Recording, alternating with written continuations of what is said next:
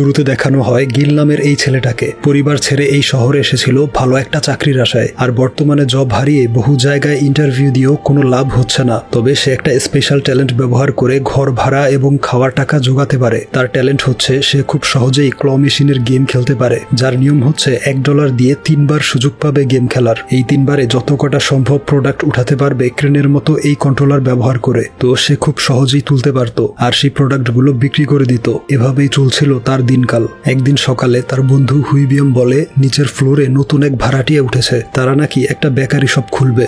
এরপর দুধ শেষ হয়ে যাওয়ায় গিল বের হয়ে যায় কেনার জন্য। রাস্তায় কাচের ভাঙা বোতল দেখে ময়লার ঝুড়িতে ফেলে রাখে। তখন লক্ষ্য করে এখানে একটা নতুন বেকারি শপ খুলেছে আর এটাই হচ্ছে তার নতুন প্রতিবেশীর দোকান। এরপর রাতের বেলা বেলকনিতে এসে তার ময়লা কম্বলটা ঝাড়ে। তার মধ্য থেকে কিছু একটা নিচে পড়ে যায়, সেটা ছিল তার নেক পিলো। সেটা কুড়িয়ে নিয়ে যখন ফিরে আসছিল তখন একটা মেয়েকে দেখতে পায় যে বেঞ্চে বসে কোল্ড ড্রিঙ্কস খাচ্ছিল। মেয়েটাকে দেখতেই যেন তার সময় থমকে যায়। তার সৌন্দর্যে সে পুরো বিমোহিত হয়ে পড়ে। পরদিন তার বন্ধুকে বলে মেয়েটা ছিল পরীর মতো সুন্দর, আমি হতবাক হয়ে তাকিয়েছিলাম। এরপর ক্ল মেশিনে গেম খেলে হুইবিয়ামকে বেশ কিছু উপহার জিতিয়ে দেয়। বাড়ি ফিরে যখন লিফটে ওঠে তখন সেই মেয়েটা যাকে গতকাল বেঞ্চে বসে থাকতে দেখেছিল সে খুবই অদ্ভুতভাবে সামনে দাঁড়িয়ে থাকে আর হঠাৎ আক্রমণ শুরু করে। আত্মরক্ষা করতে গিয়ে হাতের পুতুলটা দিয়ে তাকে ধাক্কা দেয়। এতে সে আরো রেগে গিয়ে তার ঘাড় ধরে মারতে শুরু করে। শেষমেশ উপায় না থাকায় মাথা দিয়ে মেরে মেয়েটার হাত থেকে রক্ষা পায়। পরদিন ঘুম ভাঙলে লাঠি নিয়ে সেই মেয়েটাকে খুঁজতে থাকে।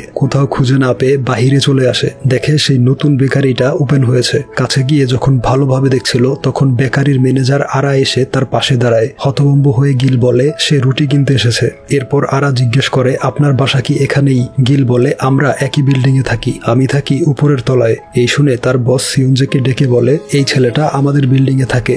গিল তাকে দেখতেই চিনতে পারে যে এই মেয়েটাই হচ্ছে সেই পরীর মতো সুন্দর মেয়েটা যাকে গতকাল মেরে মাথা ফাটিয়ে দিয়েছিল। তাই ভয়ে মুখ লুকিয়ে বেরিয়ে যায়। তবে সিউনজি তাকে পেছন থেকে ডাক দেয়। এই শুনে আরো ভয় পেয়ে ফুল স্পিডে দৌড়ে পালিয়ে যায়, কিন্তু সিউনজি তাকে তাড়া করে ধরে ফেলে। সে গত রাতের জন্য সরি বলতে যাবে, তবে সেই বিষয়ে কিছু না বলে সিউনজি বলে আপনি আমাদের প্রতিবেশী আর নতুন কাস্টমার, তাই এই উপহারটা দেওয়ার জন্য আপনার পিছু করেছিলাম। এই শুনে সে বেশ অবাক হয়ে যায় আর সারাদিন ভাবতে থাকে মেয়েটাকে মেরে মাথা ফাটিয়ে দিয়েছিল, সেই বিষয়ে তাকে কিছুই বলল না। তাহলে কি মেয়েটার স্মৃতি ভুলে যাওয়ার রোগ আছে?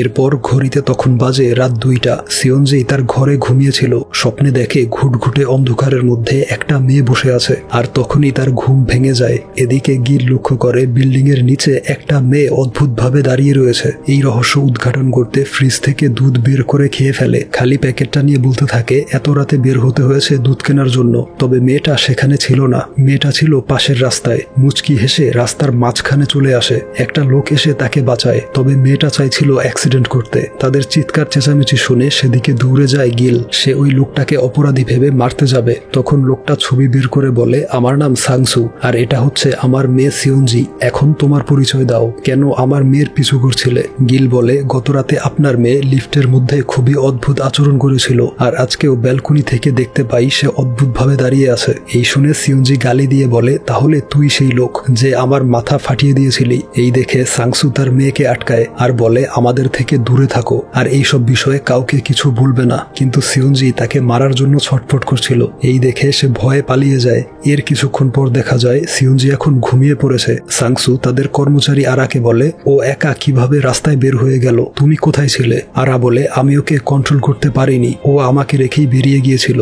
এরপর দিন সকালে গিলের সাথে লিফটে উঠে সিউনজি তাকে দেখতেই সে ভয়ে ক্ষমা চাইতে শুরু করে। তবে সিউনজির গত রাতের কোনো কিছুই মনে নেই। সে বুঝতে পারে না ছেলেটা কেন সরি বলছে। সেদিন রাতে সিউনজি তার বাবার সাথে বের হয় আর দূর থেকে তাদের ফলো করছিল গিল।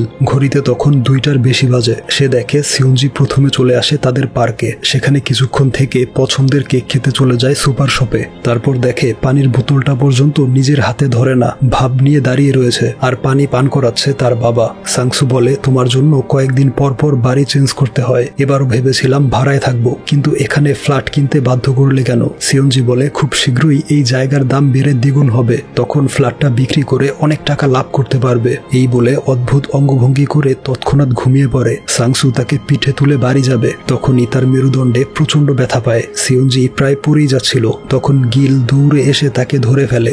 এরপর দেখা যায় মেরুদণ্ডের চিকিৎসার জন্য তাকে অ্যাম্বুলেন্সে করে নেওয়া হচ্ছে আর এদিকে সিউনজি ঘুমিয়ে রয়েছে গিলের পিঠে। আরা জিজ্ঞেস করে তুমি তুমি কি জব করো? গিল জানায় তার আপাতত কোনো জব নেই। তারপর সে হসপিটালে চলে আসে সাংসুকে দেখতে। সাংসু বলে যা যা আনতে বলেছিলাম তা বের করো। দেখা যায় সে গিলের বায়োডাটা বা সিবি দেখতে চাইছিল।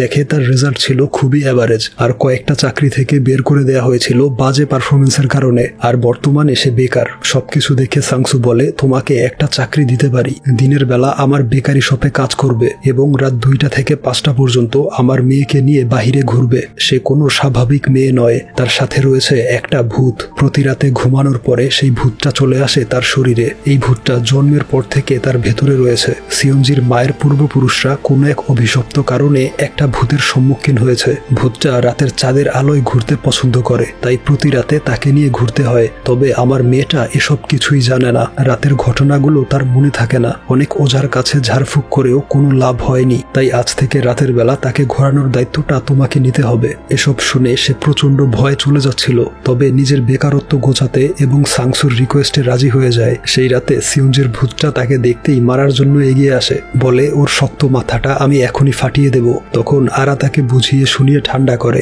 এরপর তারা ঘুরতে বেরোয়। ভূত বলে আমি সাধারণ কোনো ভূত নই, আমি একজন হায়ার লেভেলের ডেঞ্জারাস ভূত। আমার 2টো বড় শিং আর 2টো পাখা রয়েছে, যা তোর মতো সাধারণ মানুষের চোখে দেখা সম্ভব নয়। পরদিন গিল হসপিটালে এসে সাংসুকে বলে সে এই বিপজ্জনক চাকরিটা করতে পারবে না। ভূতটা তাকে মোটেও পছন্দ করে না। সাংসু তাকে রিকোয়েস্ট করে বলে আমি কয়েকদিনের মধ্যেই সুস্থ হয়ে যাব, এই কয়েকটা দিন দয়া করে আমার মেয়েটাকে দেখে রাখো। তাই সে আবারও বাধ্য হয় জবটা করতে। পরদিন প্রথমবারের মতো বেকারিতে কাজ করতে যায়। তখন আরা সিয়ঞ্জিকে বলে তোমার বাবা ওকে কাজে রেখেছে। আরা তাকে সাইডে এনে বলে রাতের কোনো কিছুই ওর মনে থাকে না। ওর শরীরটা তখন ভূতের দখলে চলে যায়। তবে ভয় পেও না, ভূতটা তোমাকে মারবে না। সেই রাতে ভূতটা তার সাথে ইমোশনাল গেম খেলে, ইনোসেন্ট ভাব নিয়ে তাকে প্রপোজ করে বসে। তখন গিলের মনে পড়ে সাংসু বলেছিল ভূতটা ইমোশনাল ফাঁদে ফেলতে চাইবে, তাতে সাড়া দিলে সে আরো বেশি শক্তিশালী হয়ে বেশি সময় ধরে সিয়ঞ্জির শরীরে অবস্থান করবে। এই কথা মনে পড়তেই চিৎকার করে বলে আমি এই ফাঁদে পড়ব না। তখন ভূতটার মনে পড়ে তার পছন্দের খাবারের কথা। সুপার শপের ছেলেটাকে বলে এই হোয়াইট এবং মিন্ট চকলেট কেকগুলো আমার জন্য স্টক করে রাখবি, যদি এসে না পাই তাহলে তোর খবর করে ছাড়বো। তখন এই মেয়েটাও আসে ওই একই ফ্লেভারের কেক নেওয়ার জন্য, তবে ভূতটা সবগুলো নিয়ে স্টক ফাঁকা করে দিয়েছিল। কেক না পেয়ে মেয়েটা কান্না শুরু করে। এরপর দূর থেকে দেখে তাকে দেখিয়ে দেখিয়ে কেক খাচ্ছে। কেকটা নিচে ফেলে দিয়ে আর একটা বের করে, আর সেটা ওই মেয়েটাকে নেড়ে চেড়ে দেখায়। যা দেখে মেয়েটা প্রচন্ড মন খারাপ করে দৌড়ে চলে যায়। গিল বলে সত্যিকারের ভূত এমন হাস্যকর হতে পারে না। এই শুনে ভূত রেগে বলে আমাকে রাগালে এই মেয়েটাকে অনেক কষ্ট পেতে হবে। এই বলে টেবিলটা ফেলতে যায়, তা না পেরে সেখানের সমস্ত জিনিসগুলো ফেলে দেয়। এরপর একটা ঝিঝি পোকা নিয়ে মুখে ঢুকিয়ে দিবে। তখন সে তাকে ধরে ফেলে, বলে আমি বিশ্বাস করেছি তুমি সত্যিকারের ভূত, তবে সিয়ঞ্জিকে কষ্ট দিও না, মেয়েটা নিরপরাধ। পরদিন দোকানে সিয়ঞ্জি তাকে কাজ বুঝিয়ে দিচ্ছিল। ওইদিকে গিল অবাক হয়ে তার দিকে তাকিয়ে থাকে, ভাবে ভূতের বিষয়টা কি সত্যি নাকি অভিনয়। তখন সিয়ঞ্জি বলে আমাকে ভয় পাওয়ার কিছু নেই, আরার সাথে যেভাবে ফ্রি হয়ে কথা বলো আমার সাথেও ওইভাবে বলবে। এই বলে সে কলেজের উদ্দেশ্যে বেরিয়ে যায়। এরপর শিডিউল অনুযায়ী ঘড়ি দেখে ঠিক 2টার সময় ব্যাগ, পানি আর প্রয়োজনীয় জিনিসপত্র নিয়ে বেরিয়ে পড়ে। ভূতকে নিয়ে চলে আসে পার্কে। ভূত বলে আরো জোরে ধাক্কা দাও। এই শুনে সমস্ত শক্তি দিয়ে এমন ধাক্কা দেয় যে সে উড়ে গিয়ে মুখ থুবড়ে পড়ে। এতে তাকে মারার জন্য তাড়া করে। সাংসু হসপিটালে বসে ফোনের ট্র্যাকার অ্যাপে দেখছিল তার মেয়ে গিলকে তাড়া করছে। সে দিনের বেলা কাজের ফাঁকে লুকিয়ে সিয়ঞ্জিকে দেখত।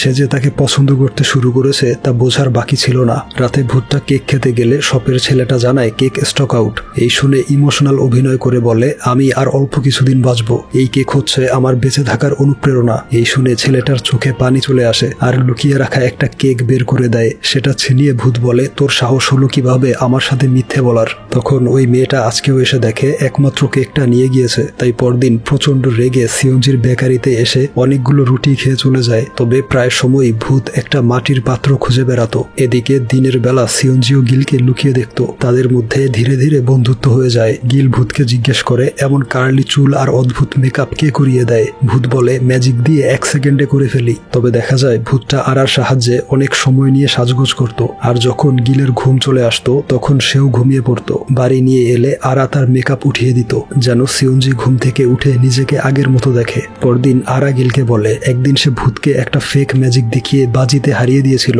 আর শর্ত হিসেবে বলেছিল তার সাথে এক জায়গায় যেতে হবে। সেই জায়গাটা ছিল এক তান্ত্রিক বা ওঝার বাড়ি। সেখানে ভূতকে বেঁধে অনেক তন্ত্রমন্ত্র করেও তাড়ানো যায়নি। সিয়ঞ্জির বডি থেকে কিভাবে বের হবে তা এই ভূত ছাড়া আর কেউ জানে না। এই শুনে গিলের মাথায় আইডিয়া আসে। সেও বাজি ধরে ভূতকে হারিয়ে ভূতের মুখ থেকে সব তথ্য বের করবে। প্ল্যান অনুযায়ী সেদিন রাতে তাকে নিয়ে আসে ক্ল মেশিনের কাছে। বলে যে কোনো একটা পুতুল সিলেক্ট করো, 3 বারের মধ্যে পুতুলটাকে তুলে আনবো। ভূত বলে যদি না পারো তাহলে সিয়ঞ্জির বডিতে 3 ঘন্টার পরিবর্তে 6 ঘন্টা সময় ধরে থাকবো। গিল বলে যদি আমি জিতি তাহলে বলতে হবে যে কি করলে তুমি ওকে মুক্তি দিবে। সে তার শর্তে রাজি হয় এবং সাদা একটা পুতুল দেখিয়ে দেয়। গিল পরপর 2 বার ব্যর্থ হলে সে তাকে নিয়ে হাসি ঠাট্টা শুরু করে। এরপর সে মুচকি হেসে শেষ ট্রাই করে সহজেই তুলে আনে আর বলে শর্ত অনুযায়ী এখন বলো কিভাবে সিয়ঞ্জিকে মুক্তি দিবে। সে বলে আমার নাম ধরে 3 বার বলতে হবে যে সিয়ঞ্জির বডি থেকে বেরিয়ে যাও, তাহলে চলে যাব। গিল বলে বলো তোমার আসল নাম কি। সে বলে শর্ত অনুযায়ী যা জানতে চেয়েছিলে তা বলেছি, আমার নাম বলতে হবে তা বাজির শর্তে ছিল না। এরপর দিন তারা এক দোকানে আসে রুটি ডেলিভারি করতে। এখানে তারা হোলসেলে রুটি বিক্রি করত। সেই দোকানে গিলের সাথে ইয়ংসিক নামের একটা লোকের ধাক্কা লাগে। সিয়ঞ্জি ছুটে এসে তাকে সরি বলে, তবে লোকটা অদ্ভুতভাবে তার দিকে তাকিয়ে থাকে এবং তার হাত ধরতে যাবে। তখন গিল তার হাত ধরে সরি বলে। এরপর লোকটা চলে গেলে সিয়ঞ্জি বলে তার মনে হয় রাতের বেলা ঠিকভাবে তার ঘুম হয় না, আর এটাও মনে হয় তার স্বপ্নে একটা ছেলে ছায়ার মতো লেগে থাকে, তাকে সব সময় প্রোটেক্ট করে। এই শুনে গিল খুব খুশি হয়, ভাবে রাতে তাকে প্রোটেক্ট করার বিষয়টা সিয়ঞ্জি ফিল করতে পারছে। সেদিন রাতে তারা নদীর পাড়ে বসেছিল। তখন হঠাৎ অনেক পুলিশের ভিড় আর সাইরেন শোনা যায়, যেখানে একটা লোক ব্রিজ থেকে নদীতে ঝাঁপ দেওয়ার জন্য দাঁড়িয়েছিল। সে বলে আমার সব শেষ, তাই লাফ দিয়ে নিজেকেও শেষ করে দিব। পুলিশ তাকে অনেক বোঝালেও সে কিছুতেই শুনছিল না। তখন সে লক্ষ্য করে একটা মেয়ে অর্থাৎ সেই ভূতটা নিচ থেকে হাত নাড়িয়ে কিছু একটা বলছে। সে ভাবে তাকে ঝাঁপ দিতে বারণ করছে। এই দেখে ইমোশনাল হয়ে কান্না করে দেয়, তবে ভালো করে লক্ষ্য করে শুনতে পায় সে বলছে এত অভিনয় না করে ঝাঁপ দাও, কোনো ব্যথা পাবে না, দেখো আমি কিভাবে ঝাঁপ দেই। এই বলে ফুল স্পিডে দৌড়ে এসে নদীতে ঝাঁপিয়ে পড়ে আর তাকে বাঁচাতে গিলও ঝাঁপ দেয়। তবে সে নিজেই সাঁতার জানতো না। পুলিশ এসে তাকে উদ্ধার করে, কিন্তু কোথাও মেয়েটাকে খুঁজে পায় না। দেখা যায় সেই ভূতটা সাঁতার কেটে নদী পার হয়ে যাচ্ছে। এই দেখে ওই লোকটা মোটিভেশন পেয়ে নিজের সিদ্ধান্ত বদলে নেয়। এই ঘটনা টিভি নিউজে ছড়িয়ে পড়ে। তা দেখে সাংসু এবং আরা অনেক কথা শোনায়। আর যখন মারতে যাবে তখন সিয়ঞ্জি চলে আসায় অভিনয় করে তাকে বুকে জড়িয়ে নেয়। এরপর সিয়ঞ্জি বাবাকে হসপিটালে ড্রপ করার জন্য চলে যায়। তখন আরা বলে সিয়ঞ্জির স্বপ্ন হচ্ছে ফ্রান্সে গিয়ে হায়ার স্টাডি করবে, তবে ভূত না তাড়াতে পারলে আমরা কিভাবে তাকে অন্য দেশে পাঠাবো। সেই রাতে গিল যখন ভূতকে নিয়ে ঘোরার জন্য ওয়েট করছিল তখন সিয়ঞ্জি বেরিয়ে গিলকে দেখে ভয় পেয়ে যায়। বলে এত রাতে এখানে কি করছো।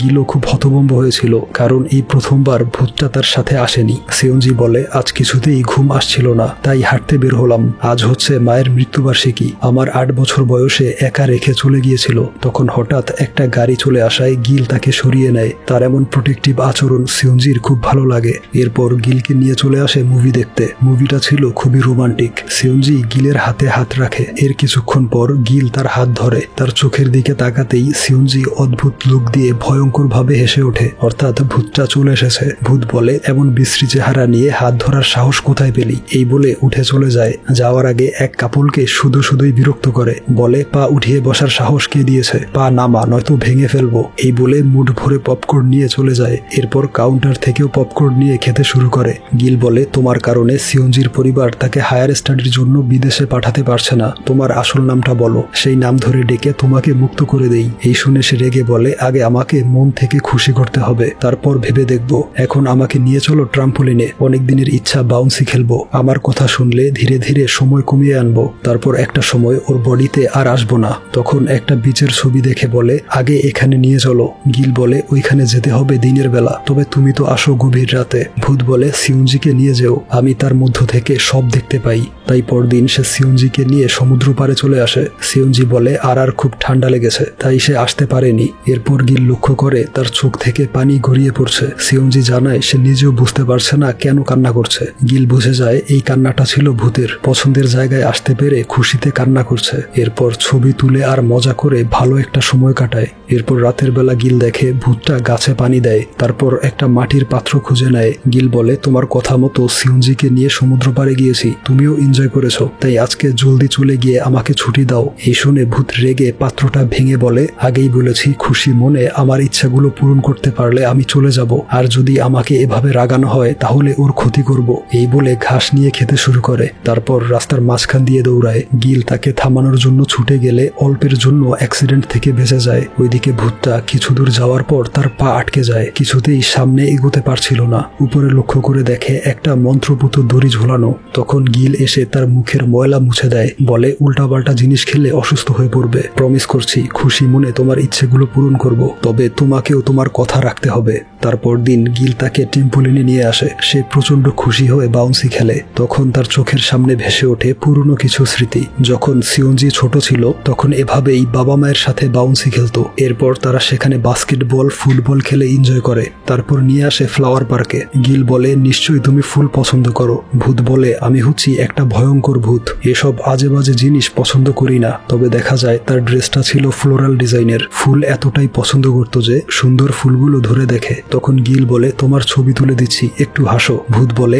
ভয়ঙ্কর ভূত কখনো হাসে না। গিল বলে আমি শুনেছি হায়ার র্যাঙ্কিং এর উচ্চ প্রজাতির ভূতরা হাসতে পারে এবং ছবি তোলার জন্য ভালো পোজ দিতে পারে। এই শুনে ভূতটা সুন্দর পোজ দিয়ে ছবি তোলে। পুরো পার্কে ঘুরে এত ছবি তুলে যে একদম হাঁপিয়ে যায়। গিল বলে দেখো ছবিগুলো ভালোই এসেছে। ভূত বলে কিন্তু এটা তো আমি না, আমার দুটো শিং আর দুটো পাখা আছে। এই বলে নিজের ছবি এঁকে দেখায়। গিল বলে দেখেই মনে হচ্ছে তুমি খুব সুন্দরী আর ফেমাস, তোমার বন্ধুরা তোমাকে কি নামে ডাকে? ভূত তার চালাকি বুঝতে পেরে একটা ভুল নাম বলে। গিল সেই নাম শুনতেই নাম ধরে ডেকে বলে সিওনজির বডি থেকে বেরিয়ে যাও। ভূত বলে আমি জানতাম, তাই ভুল নাম বলেছি।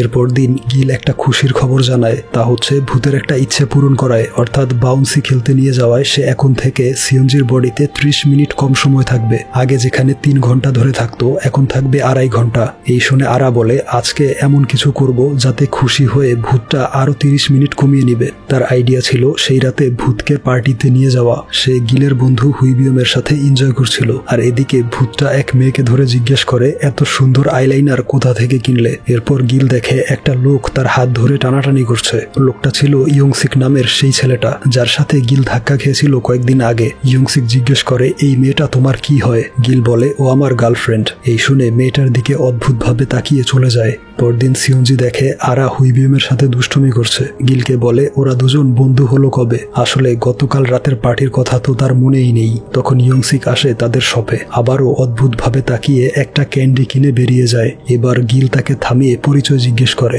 ইয়ংসিক বলে এই মেয়েটার সাথে যে আরো একটা কিছু রয়েছে তা আমি জানি। আমি মন্ত্রপুত দড়ি ঝুলিয়ে চেক করেছি, দূর থেকে ফলো করেছি। যতবার তাকে ধরতে গিয়েছি তুমি চলে এসেছিলে, একমাত্র আমিই পারবো তাকে মুক্তি দিতে। গিল বলে আপনি ভুল করছেন, এমন কিছুই ওর সাথে নেই। রাতে ভূতটা বলে ইয়ংসিক হচ্ছে একজন তান্ত্রিক, তার পূর্বপুরুষরাও চেষ্টা করে ব্যর্থ হয়েছে, সে আমাকে তাড়াতে পারবে না। পরদিন সিওনজি ক্লাসে যাওয়ার সময় গিল বলে ফেরার পথে আমাকে কল দিও, তোমাকে আনতে যাব।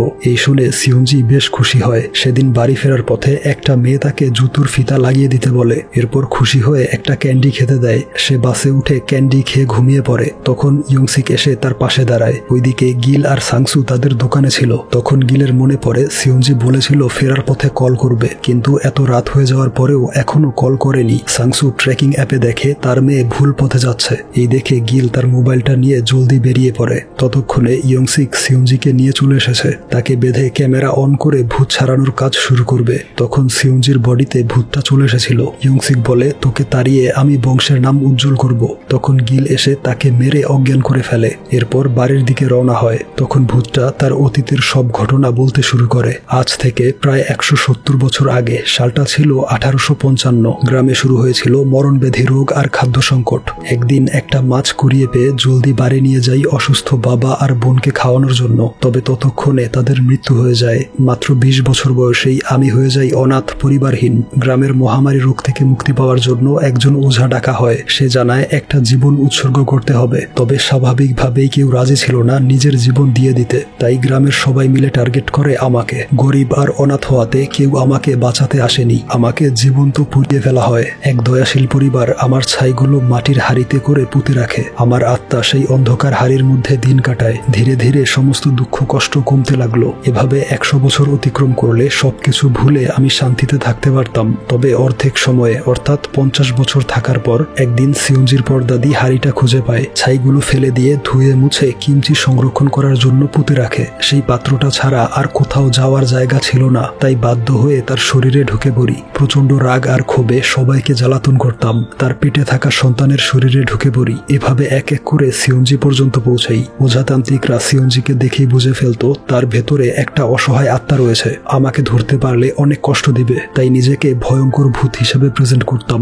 যদি সামনের পূর্ণিমার আগে সেই মাটির হাড়িটায় প্রবেশ করতে না পারি, তাহলে আমার কষ্টকর স্মৃতিগুলো নিয়ে অন্ধকারে ঘুরে বেড়াতে হবে। এজন্যই সব সময় সেই হাড়িটা খুঁজে বেড়াতাম। সেই হাড়িতে বাকি 50 বছর কাটাতে পারলে সব দুঃখ কষ্ট ভুলে চির শান্তিতে শূন্যে মিলিয়ে যাব। বাড়ি ফিরে ভূতটা অপেক্ষা করে 2 দিন পরের পূর্ণিমার জন্য। আর এই 2 দিন হচ্ছে মানুষের শরীরে অবস্থান করার শেষ দিন। ভাবে পেইনফুল মেমোরিজ নিয়ে আজীবন ঘুরে বেড়াতে হবে পৃথিবীতে। তবে গিলের পরিকল্পনা ছিল অন্য। সে সাংসুর থেকে সিওনজির দাদির বাড়ির ঠিকানা নেয়, এরপর বেরিয়ে পড়ে সেই বাড়ির উদ্দেশ্যে। বহু পথ পাড়ে দিয়ে চলে আসে প্রত্যন্ত এক অঞ্চলে। জঙ্গলের মধ্যে খুঁজে পায় সেই পরিত্যক্ত বাড়িটা। সারাদিন ঘোরাঘুরি করে কোথাও মাটির হাড়িটা পায় না। সারা রাত ধরে খুঁজতে থাকে। এদিকে এখন আর তার ইচ্ছে নেই দোল খাওয়ার। মন খারাপ করে শুধু চাঁদের দিকে তাকিয়ে থাকে। পরদিন সকালে গিল দেখে একটা পাখি সেখানের এক পাথরের উপর বসে কিছু একটা ইশারা করছে। এই দেখে পাথরটা সরিয়ে সেখানে ঘুরতে শুরু করে আর পেয়ে যায় সেই মাটির হাড়িটা। সেটা নিয়ে জলদি ছুটে যায় বাড়ির উদ্দেশ্যে, কারণ আজকেই হচ্ছে পূর্ণিমার রাত।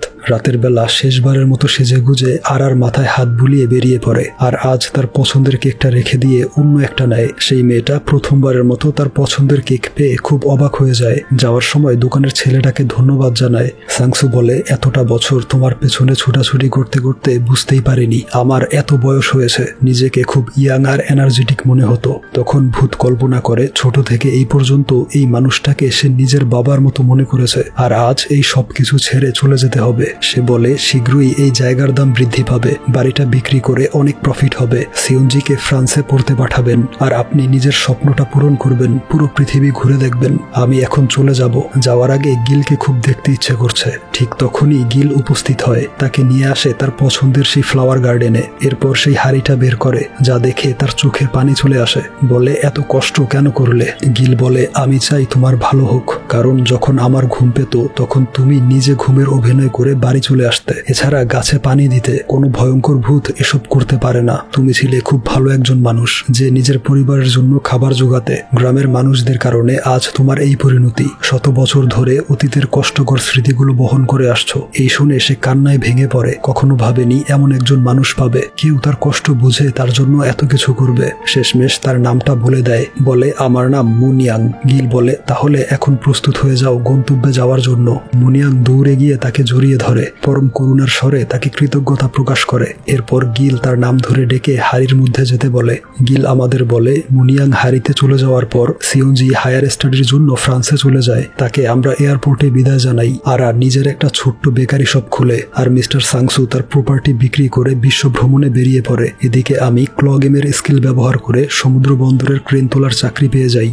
তার বেশ কয়েক বছর পর সিওনজি দেশে ফিরে আসে। সে বলে, প্রথম দিন গিলকে দেখেছিলাম ভাঙা বোতল তুলে রাখতে। এরপর তাকে শপে দেখে কথা বলার জন্য দামি একটা উপহার নিয়ে যাই। বিচে যাওয়ার দিন আরা যেতে চাইছিল, তবে তাকে রেখেই চলে যাই গিলের সাথে একা সময় কাটানোর জন্য। সিনেমা হলে আমি তার হাত ধরতে চেয়েছিলাম। এয়ারপোর্টে বিদায় জানিয়ে সবাই চলে যাওয়ার পর আবারও পেছন ফিরে দেখেছিলাম তাকে। এই বলে সে গিলের নাম্বারে ফোন করে কথা বলে। দেখা যায় গিল যত্ন করে রেখেছে মুনিয়াং এর হাড়িটা। আর এখানেই গল্পটার সমাপ্তি ঘটে।